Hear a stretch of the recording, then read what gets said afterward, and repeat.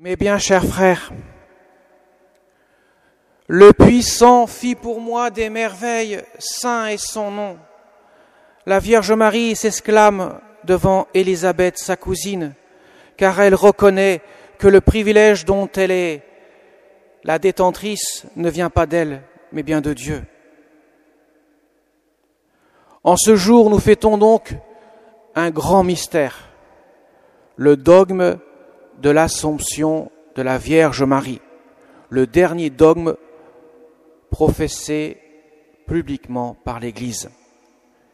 Cela le fut par le pape Pie XII le 1er novembre 1950, où il proclama que Marie est montée avec son âme et son corps dans le ciel.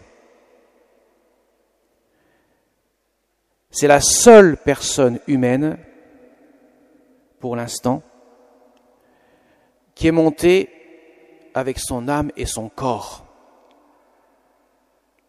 Il y a une autre personne, mais elle est divine, c'est Jésus, qui bien sûr est monté le jour de l'Ascension avec son âme et son corps.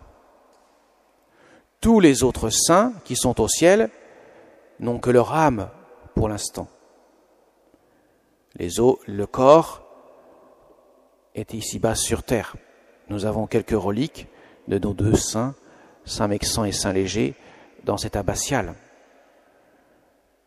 Les reliques, ce sont des bouts de corps, notamment des os. Mais il y a une grande différence, effectivement, entre la montée de Marie au ciel et la montée de Jésus. Ce n'est pas le même mot. L'ascension, c'est Jésus qui monte lui-même au ciel. Il est Dieu, il a tout pouvoir. Marie, elle est montée par Dieu au ciel. Voilà pourquoi on distingue les mots, l'ascension pour Jésus et l'assomption pour Marie. Donc Marie jouit de l'éternité bienheureuse. Elle nous précède dans le ciel. Elle qui a été totalement donnée à Dieu, elle qui n'a non seulement pas été touchée par le péché originel, par un privilège de Jésus qui lui a donné par anticipation de sa croix, on appelle ça l'Immaculée Conception, nous le fêtons le 8 décembre, non seulement elle a été préservée de ce péché-là, que tous nous avons le jour de notre conception, et que nous sommes débarrassés en quelque sorte par le baptême, même s'il reste ce qu'on appelle la concupiscence, les traits qui sont liés, les conséquences du péché originel, c'est-à-dire l'attrait pour le péché, l'attrait pour le mal, eh bien la Vierge Marie a également été la seule personne humaine à ne pas commettre un seul péché personnel. Et cela vient tout simplement de sa volonté, de son libre arbitre qui a été totalement orienté vers Dieu et qui n'a jamais, ne serait-ce qu'une seconde de sa vie, été détourné de Dieu. Son regard était fixé pleinement sur Dieu, de telle sorte que sa volonté n'était pas autre que celle de Dieu. Il n'y avait pas de lutte entre les deux. Marie désirait tout ce que Dieu désire, et uniquement ce que Dieu désire. C'est le trait, la caractéristique de sa sainteté. Elle est une privilégiée parce qu'elle a correspondu parfaitement en tout à l'amour de Dieu. Et justement, le privilège dont elle est bénéficiaire, elle le rend en action de grâce à Dieu. Le Seigneur, le puissant, fit pour moi des merveilles. Saint est son nom. Alors mes chers amis, vous allez me dire, le cas de Marie est réglé, elle est tellement parfaite que nous sommes tellement loin que nous avons du mal à courir derrière elle. Alors, ce n'est pas tout à fait le cas. Nous sommes tous pécheurs, nous le savons. Le plus grave, à la limite, ce n'est pas de pécher, puisque à tout péché miséricorde. Le plus grave, c'est de ne pas vouloir se relever. Et là, nous avons tous les moyens en notre faveur. Le refus de se relever, on appelle ça le péché contre l'esprit. C'est le refus de la miséricorde de Dieu, le refus du pardon de Dieu. Nous avons toutes les grâces suffisantes et nécessaires pour le vivre au quotidien. Et en plus, Marie nous est donnée comme mère dans le ciel pour que nous puissions nous laisser éduquer par son instinct maternel, celle qui a éduqué le Fils unique de Dieu dans son humanité, est là pour nous éduquer à accueillir la grâce de Dieu.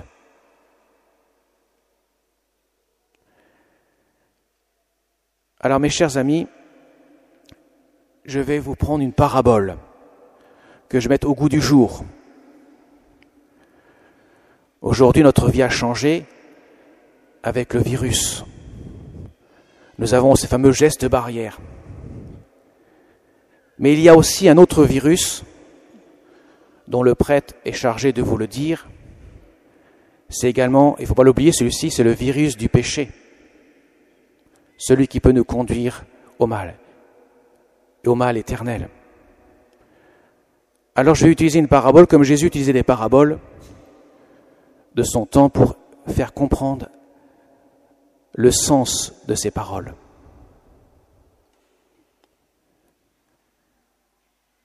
Ce virus, nous ne le voyons pas.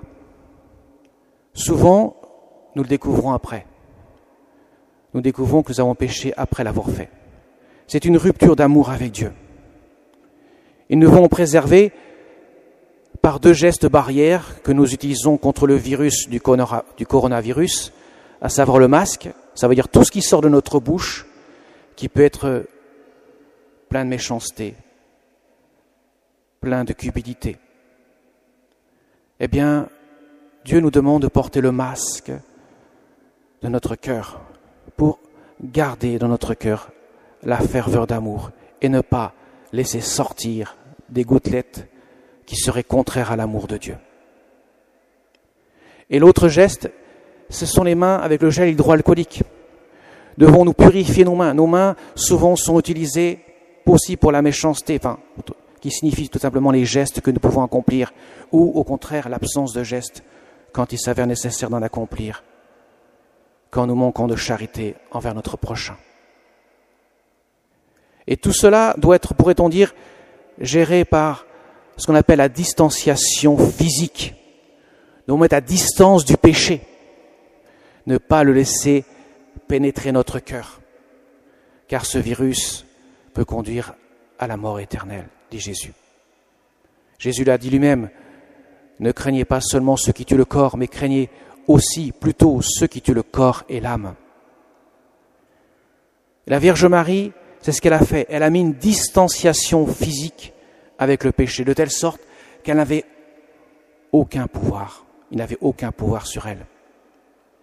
Elle avait un voile qui faisait plutôt, pourrait-on dire, objet de masque, le voile de la consécration, le don total de sa personne à Dieu.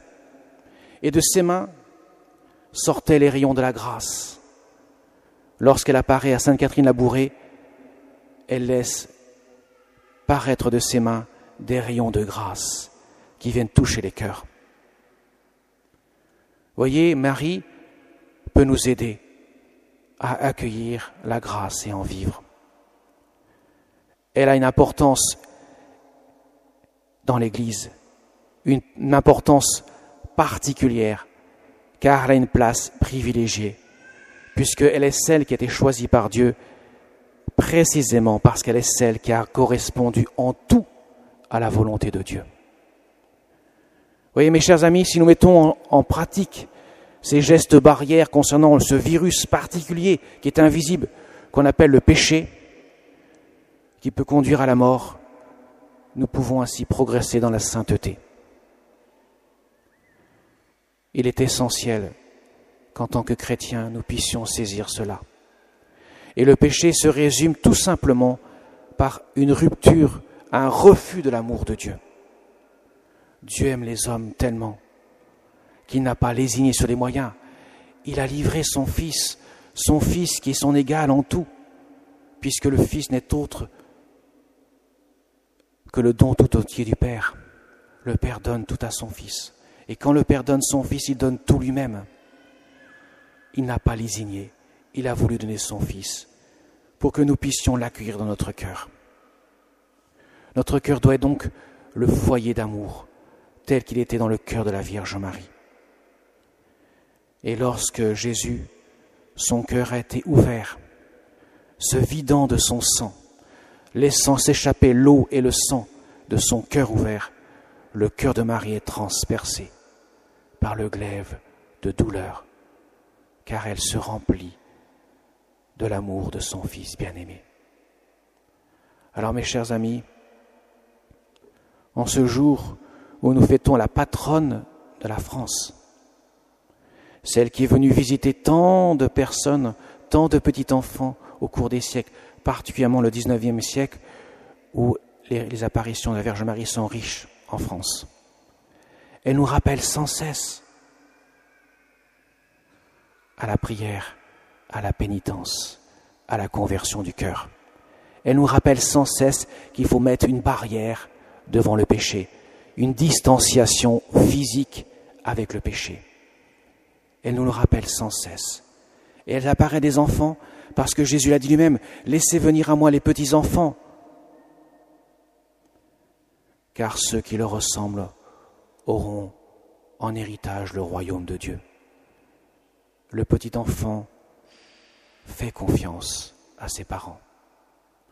Nous sommes invités, nous aussi, mes chers enfants, à faire confiance à la grâce de Dieu. Plus les temps sont troubles, plus nous devons nous réfugier sous le manteau protecteur de la Vierge Marie et accueillir humblement la grâce de la miséricorde de Dieu. Jésus, j'ai confiance en toi. Tout à toi par Marie. Amen.